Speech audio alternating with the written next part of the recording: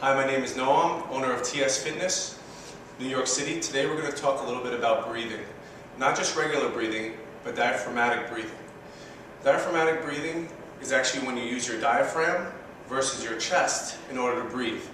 It's been very popular in yoga and Pilates, and now it's moving its way into strength training and a lot of movement training. So today we're going to go over a couple of different variations. Some other benefits of diaphragmatic breathing is improvement in your VO2 max, which is your ability to take in oxygen and use it, increased alignment of the body, and relaxation of the muscles, so you're not using auxiliary muscles in your neck and shoulders.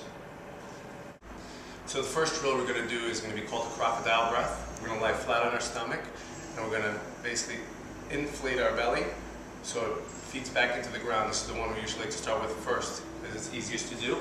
You're going to inhale through the nose, and then exhale through the nose as well.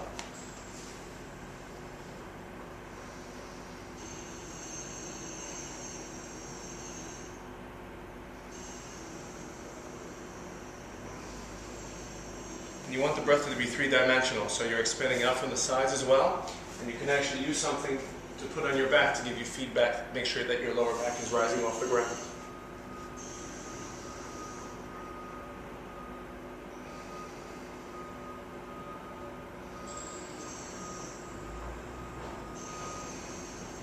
So you should see that rising up and down.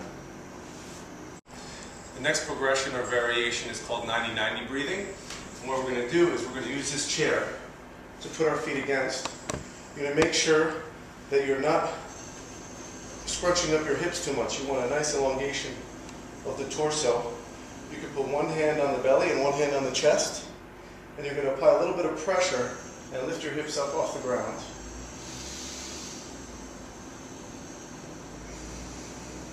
And if you can, if you want, you can actually exhale through the mouth if it's easy for you, but make sure you inhale through the nose.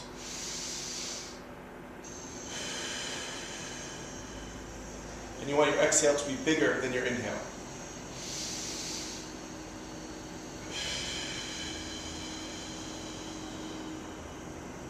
You'll see my ribs kind of come down a little bit as well.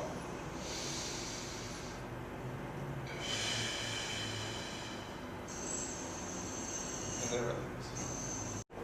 So moving on, you can also do this in a standing position. Sometimes we might not be able to lay on the floor or put our feet up on a chair.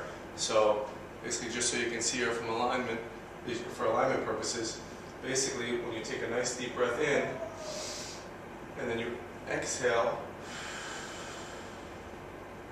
your hips and your ribs set one right underneath one another and create a very nice and stable foundation. And you get rid of a little bit of that lower back curvature that tends to cause a lot of issues for people's lower back when you have a little bit too much of a lordotic curve. So take a deep breath in again. You can do this in the mirror. And when you exhale,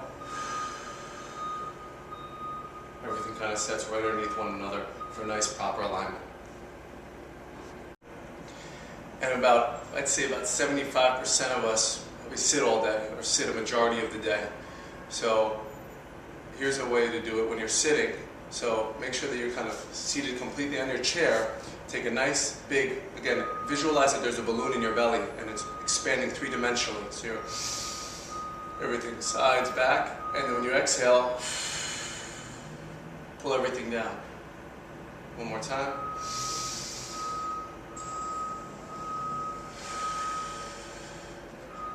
And all these you can do about 10 to 15 breaths, do about a minute of breathing, and you can do it multiple times per day.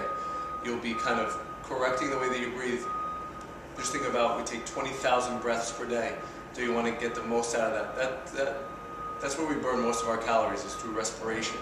So, and also you want to make sure that you're not doing this for proper posture, because then what you do is you put a lot of pressure in your lower back and you disengage your core, because when your ribs flare out, you can't really engage your core or your glutes.